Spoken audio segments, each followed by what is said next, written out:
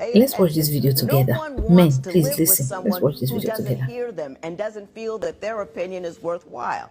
I think that, I mean, if you want to get biblical about it, Ephesians 5:22, it does say, wives, submit to your husbands. But after it says that, what does it say? Husband, submit to your wife. And then after that, I'm listening. You talking about divine order, not me. Oh, okay. You're very distinct about what the divine order is and what that means. And what I'm telling you, the submission part is dependent on something very deep said after that. And I want to know if you know what it is. It's He doesn't know. love God as you love.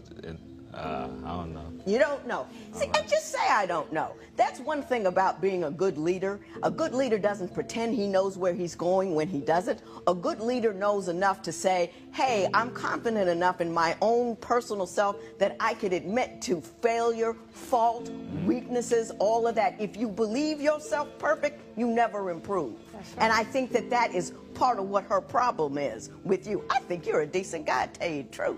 But you're just a little confused about what it is to be a man. Let me tell you what it says in Ephesians after all of that.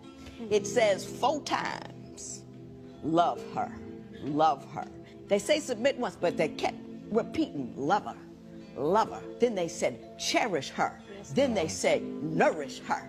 Because all of these 5 verses of demands on you before you get what the submission from her.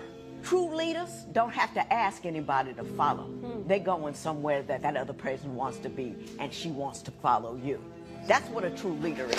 So, the funniest part of it is, some men, they talk about submission, but they don't really know what submission is all about. And besides, you that is saying that, like what the judge said, if we are getting into the biblical, are you a Christian in the first place? For me, it's obvious that you are not, because if you are, you should even know the quote. You should even know what the Bible says, but you are just quoting upside down. You are saying love your neighbor. I don't know what you are quoting there. You are quoting something different. A lot of you are in marriage.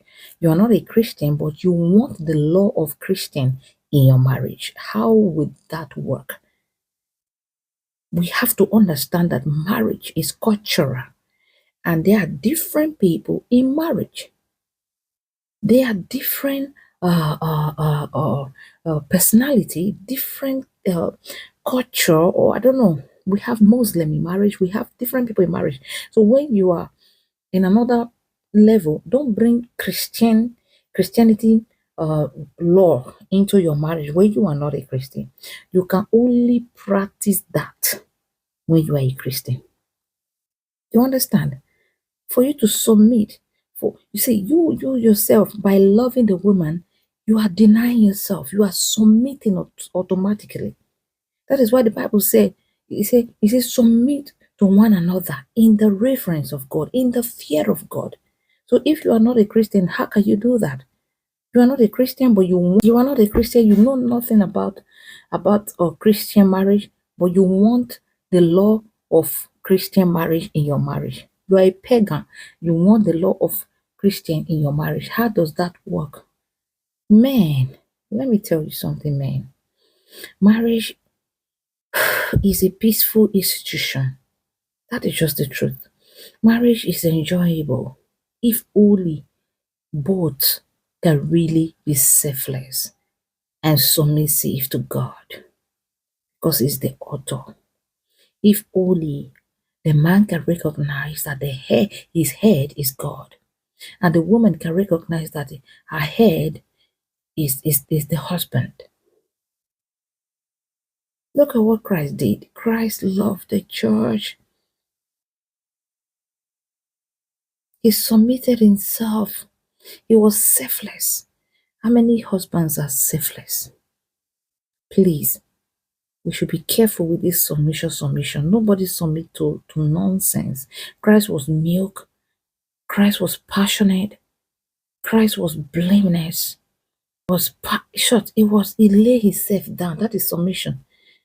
You understand? To the church. And the church have no choice but to love him. That is what we are today. We love Christ because of who he is.